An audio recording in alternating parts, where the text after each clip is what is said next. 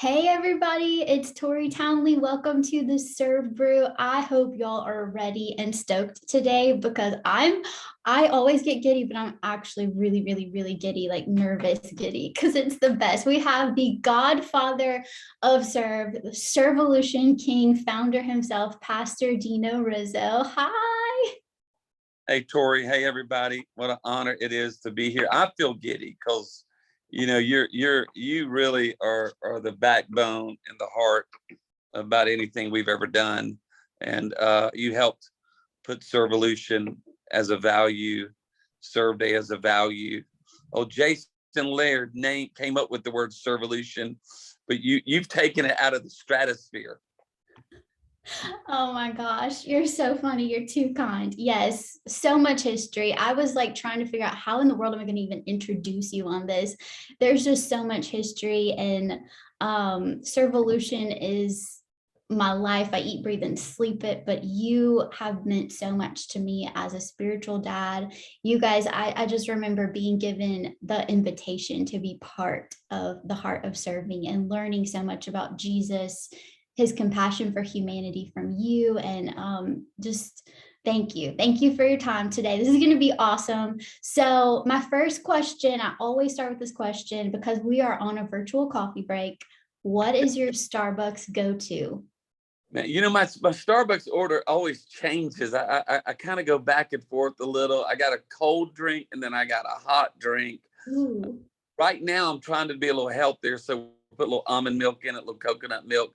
But it's still a grande white chocolate mocha, maybe only one pump of the white chocolate, and then I try to put a milk option in it that's better for me. No whip. I shut down the whip so I can try to be healthier, which is so hard when you love people, love food, and like your family, Louisiana roots is Delenn's family. People don't know this, but your mother and my wife went to school together in middle school. I think they were in the same area and raised in Central there in Louisiana. So the Oler Kings and the Townleys and the Rizzos go way back. And so it's a lot of fun. Lots of intermingling. That's so fun. I love that your Starbucks order. I feel like I remember that from junior high. So it's always been the same little variation. It's so funny. And yeah, you got to do a disclaimer because when you share your Starbucks order on this show, I have learned that people remember that. So it's always changing, guys. Don't send him those. Don't bring him those all the time. You never know. I love it. That's awesome. Well, yeah, thank you so much for being on today. I know our listeners are so excited to genuinely just sit and soak up your wisdom. And that's the heart today. The heart of the episode is just to give people a chance to tap into your wisdom, for you to pour into them. I do want to highlight, though, in honor of the summer that's coming up, we have our 8th Global Serve Day is coming up on July 16th. Share a little bit of your heart about that. I know we're all so excited, but like, what are you excited about? Get us ramped up. Well, I mean, I love what we do at Serve Day, and I know you'll give details on how to connect the day and all those kind of things. But I love it because it's a catalyst. It brings people together on one day, and sometimes it works for churches to do that day. Sometimes they need to be in another part of the year or another time, which is all good. Our heart is just to have some type of catalyst, and so I can't believe it's the 8th global, and you've been a part of all of those. You've helped resource that, and so our heart is to resource the local church with resources, small group curriculum, and books, and lists, and ideas, and project ideas, and small groups, big events, all these things, all different shapes and sizes, diversity, of course, and all these expressions, so that we can engage people that matter. God, let people know that they matter. People are not a number; they're a name, and every person has a name, has a story. And I know I had one, and I would not have, my story would have not been changed. I don't believe I wouldn't have found the redemption story, the salvation story, if it wasn't for a church that did an outreach, a Serve Day, when I was 18 years old. And so, I feel indebted to that. I feel like there's a mandate on our lives. I know it is on our church at Highlands. It was on our church at Healing Place, still is. It's on your life. It's on my life. to just empower people to notice, to care, to be together. And Serve Day is a great way to do that as a church or organization. So powerful. I love that you always point it back to your own personal moment and remembering what that felt like. And it's so easy to like live your life and not remember what was my one moment when I was served, and help shape the culture around that. So that's amazing. And I love that Serve Day really is part of the ecosystem of outreach. There are so many layers involved. There's so many front doors, back doors. It is really not a start to finish line. We say that in Serve Your City. It is really a circular kind of a thing. So Serve Day, we talk about it's an event that sparks something, but what would you give advice for someone who's doing a Serve Day? It's like, how do I leverage this to make a lasting impact in my community, to shape it into a culture? You have any thoughts on that? Well, you coined the phrase Serve Day every day. So that's what we want to do. I believe we love organized outreach. It's important. You got to have them. But we've got the World Games here in Birmingham. So there are thousands of amazing athletes from all over this amazing planet that are converging here. And we're going to go out there and pick some cool activities to organize, because that is an organized event. So we're going to come into that, and we're going to do an organized serve that we believe is going to get us around some incredible people. And we can represent the heart of God and God's love. So we love those. And I think it's important for a church, a college group, a small group, to be organized. But then also we love organic culture. You said it, the ecosystem of our life, where we notice, we pick up on, we engage, we lean into the needs of people around us. And so that's really, to me, when those things are coming together, I think then we are representing the heart of God and what Jesus was all about when he walked this earth. That's so good. That's so good, Pastor Dino. I think about our outreach leaders and how a lot of their job, at least what I've learned, is really learning how to connect those dots. It's just like, here, I have to be aware of I have eyes to see what's going on in my community. The games are coming to Alabama. That's awesome. What's the opportunity, and what groups are going to be involved, and what's this person's passion, and what are the needs? So I feel like at the heart of our job, it really is having the senses of the Holy Spirit, being sensitive to what he's doing, and then learning how to connect those dots together and helping them flow. It's chaos. It doesn't always work, but I just love that so much. I wanted to ask, is there anything, I know you just shared about the World Games, is there anything you're super stoked about locally for July, Summer of Serve? I know y'all do it big in Alabama. I miss it. But there's, great churches. You see it. You're the one who organizes the churches. You're the one who, we have a great local team here, Chad, Tim, all the Dream Center guys. And we've got, all the things that happen there in Baton Rouge with the great churches. But you keep an eye on these thousands of churches that are doing something. And so you see it globally in all these time zones and all these expressions. And then you spend a lot of time in settings like this on the phone, gathering, curating. Because I think sometimes we feel this pressure, we've got to be perfect. We feel this pressure that, man, we just got to be the LA Dream Center. And I thank God for the LA Dream Center. They are the model in so many ways. You get around Matt Barnett, you want to change the world in Carolina, that team. You've spent a lot of time there. Everybody wishes Tory would come into their town and lead their Serve Day. And because, it would crush. But there's something that you can do. And it doesn't have to be perfect. It doesn't take a lot of people. It doesn't take a lot of money. There's needs around us. And just, most people, if they just spend a few minutes thinking about it, they come. I think it boils down to, Tori, sometimes you look around at the world that we're living in, and you just see things that shouldn't be that way. People should be fighting that. That group of people shouldn't be going through that. That area of town shouldn't be handling that. That person shouldn't be having to navigate that. It's one thing to notice that something shouldn't be that way. It's another thing to say, okay, then what can I do to maybe help it not be that way? Maybe help with food, maybe help with the elderly, maybe help with loneliness, maybe help with addiction, and maybe help with depression, maybe help with making my block better, look better, clean up. So it's really just what is in your city, your world, that just shouldn't be that way.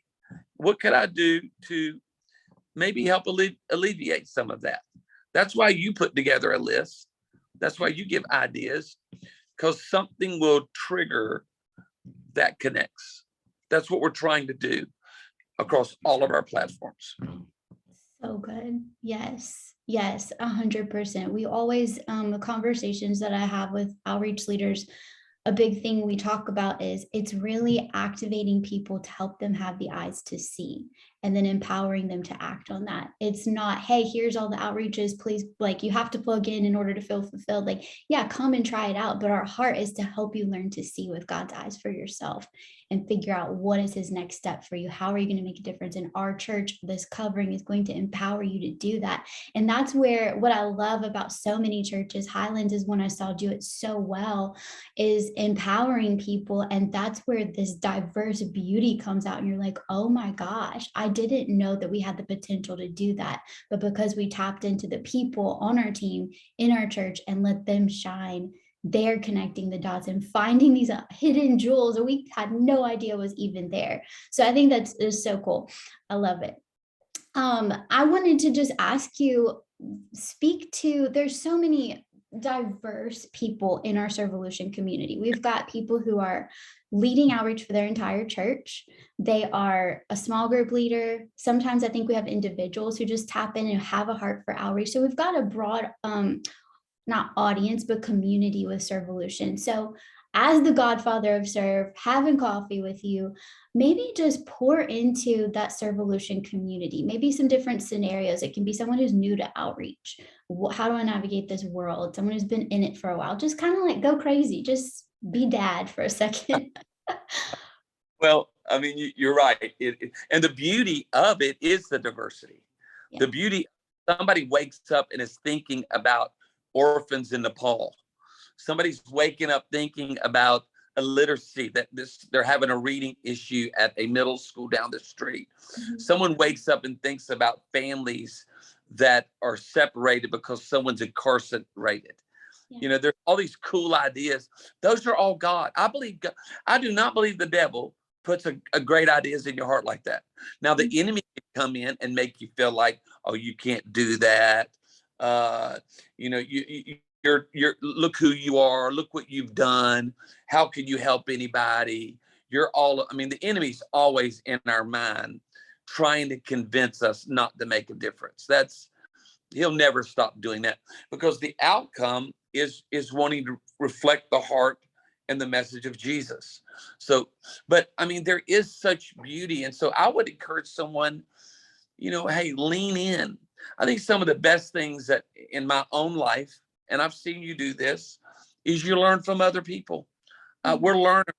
Outreach people have to be learners because it's fluid. It's organized chaos. It's the needs of our community. What was happening in COVID, what's happening now in our community. When communities go through pain, now we're dealing with trauma. When there's a horrible shooting, there's horrible racism, there's types of abuse and loss. You know, all of a sudden now we're operating at a whole nother when there's a hurricane, a storm, a fire, a disaster, you know, and all this diversity of the body of Christ. It's there. There's people in our church, there's people in our group, and God has, and there's a time, I tell you all the time, look at your timeline, look at your life. There's probably something in it that's telling you something about who you can help. So you're there. He's equipped you. He's, you know, it's the Ephesians where it says, before I was born, God Almighty put some things in me. I've been wired, I've been equipped, I've been shaped, I've been made. for something. And so if you get the negative voices out, I can't do it out, then you watch what comes forward. I believe there are people that are watching right now that are sitting on some ideas, that are sitting on some passions, and you just start, you try, and then you learn. You try, you learn. I have done outreaches that fell on their flat on their face. Didn't help anybody, but I learned something. And I think God honors that. I really do, Tori. Man, I'm so like fired up. I want to go do something right now. I love this so much. What you were sharing just now kind of sparked another question for me that I had thought about earlier. There is a lot of need going on. It's everywhere. Like, it is not hard to find someone who's hurting, some way to show up. It's everywhere. But with that, I think our listeners and myself included, we are automatically compassion bent. We feel the pain. We're empathetic. We're drawn to the need. And sometimes with the day that we're in, I know it's like a broken record saying this, but we're inundated by bad news or needs.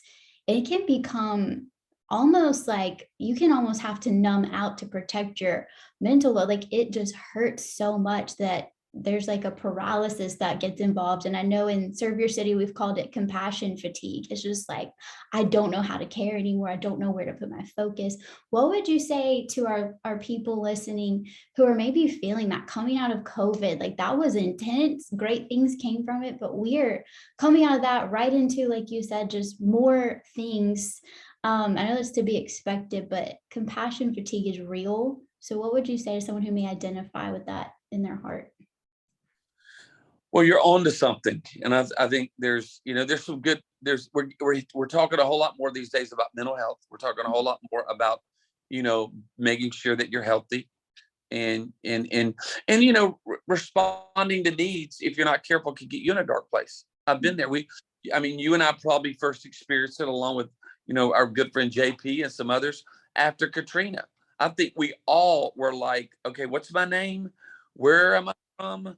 I mean, the needs were massive. And we see what's happening in Ukraine right now.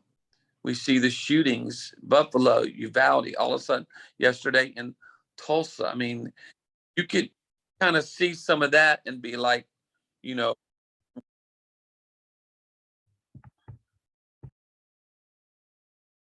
through that. You get the compassion fatigue.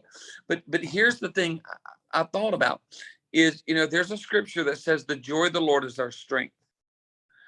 The joy of the Lord is our strength. And I think if we have to protect our strength. And the way do we protect our strength is we protect our joy. In this world, and people, their problems can take the joy. And I think we forget that if you lose your joy, you lose your strength. And that's not good. You can't let that happen. And so, whatever we do, we've got to make sure that we do not let that happen. The joy of the Lord. And I think the times that I've let it happen, where I didn't feel strength, I lost my joy. So I got to do everything I can to protect that. So you need to take time off. You need to realize you can't save everybody, that, I can't fix everybody. And you're right. Paralysis can jump on our life. And the next thing you know, you can't do nothing. I think we all go through that. That's why there's good counselors. That's why there's good people out there to talk to. And I don't know how many times I've been in that funky, dark place that I had a conversation with someone else.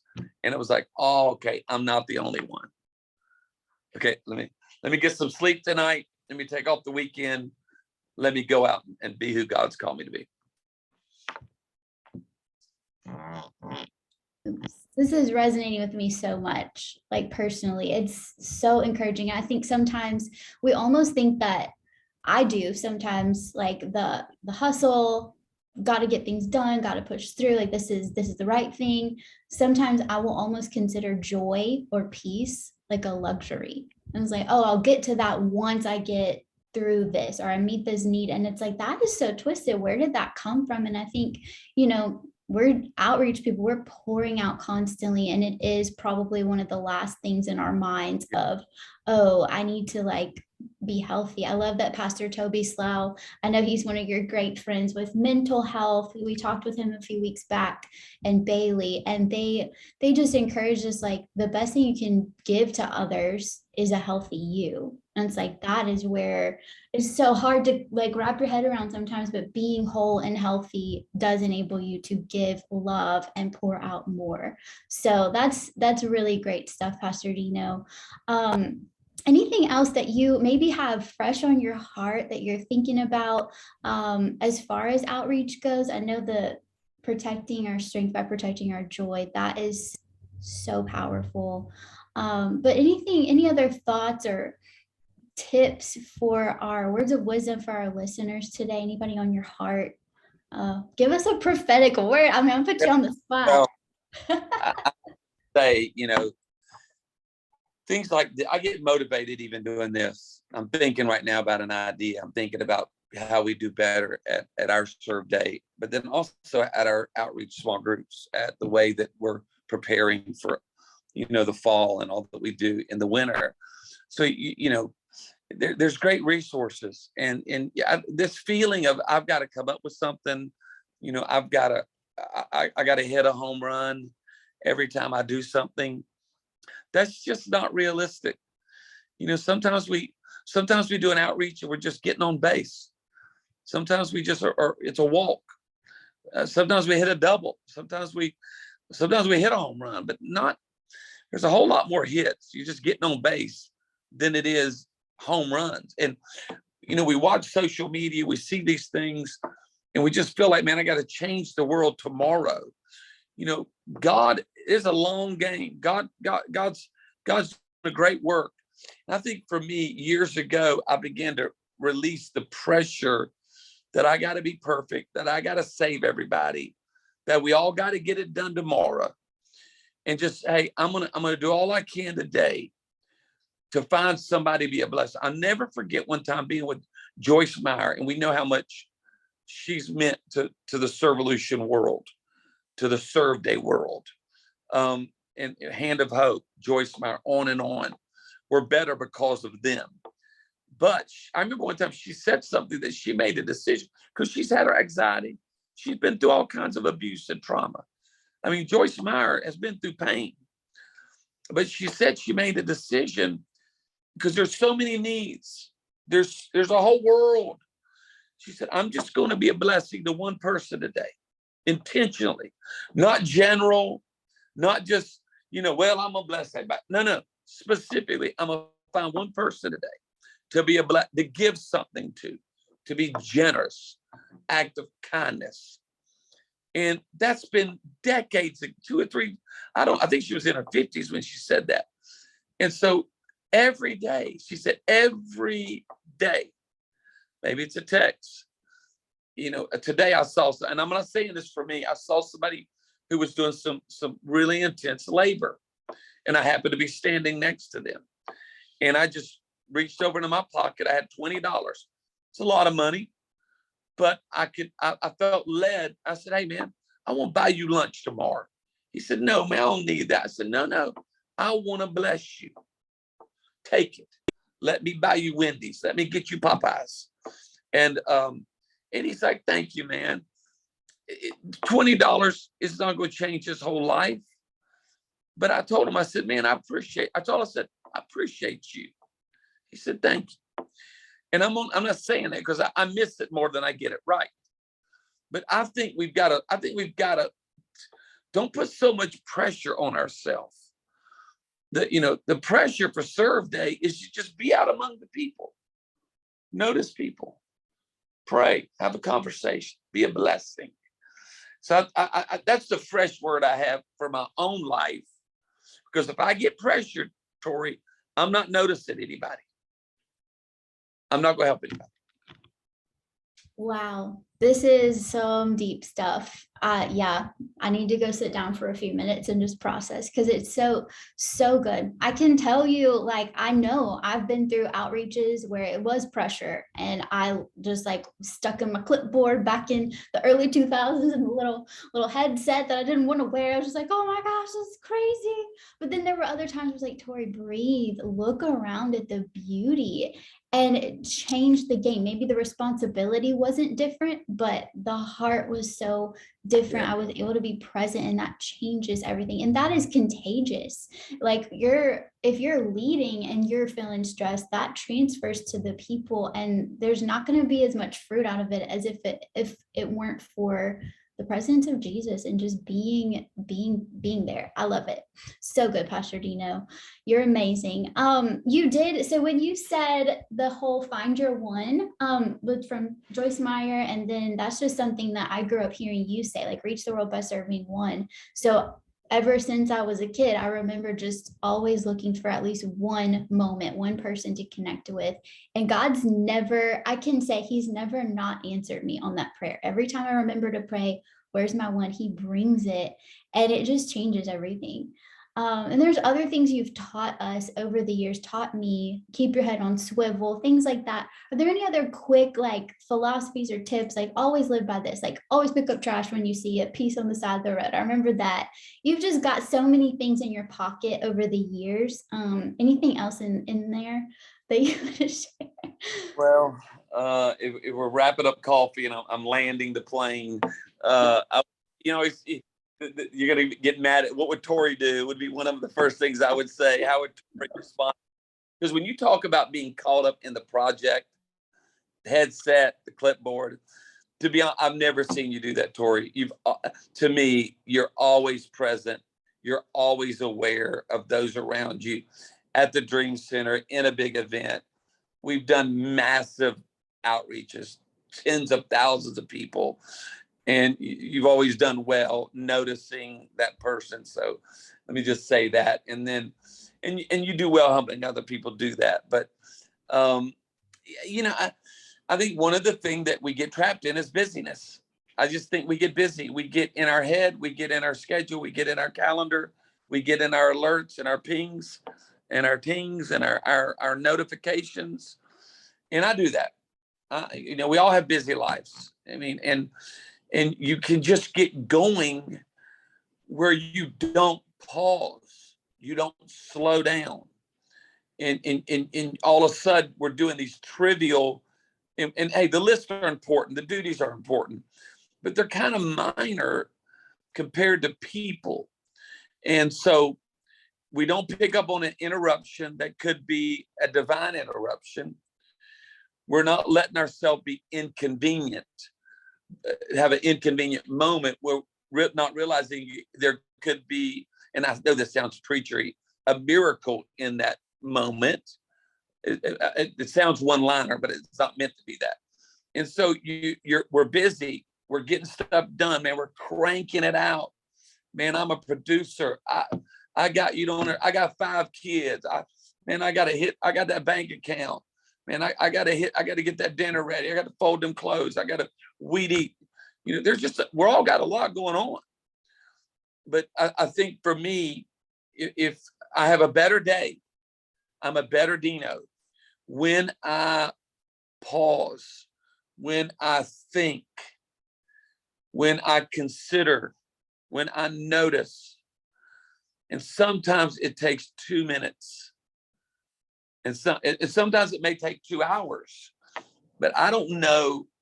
I mean, we've all been used. We've all helped people that it didn't turn out well. And but I don't look back on my life, and my life is littered with the debris and regret of helping people. That's not my number one regret. I've made worse. There's other things that I have greater regrets on. My own personal failures, my own sin, my own mess ups.